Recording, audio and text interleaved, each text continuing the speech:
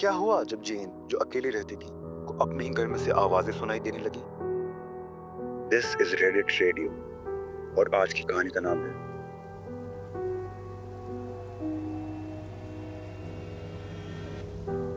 जेन की लाइफ बहुत ही नॉर्मल थी।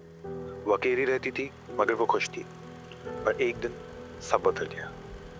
उसने शुरू में छोटी छोटी चीजें नोटिस करना स्टार्ट किया। दूध का खत्म हो जाना, लाइट्स का ऑन मिलना और रिमोट की जगह बदल जाना। उसने सोचा शायद मैं ही भूल रही होंगी, लेकिन फिर उसे आवाजें सुनाई देने लगी। हल्की हल्की फुटस्टेप्स की आवाज, जैसे कोई चल रहा हो। ना तो वो चूहे थे, ना ही हवा।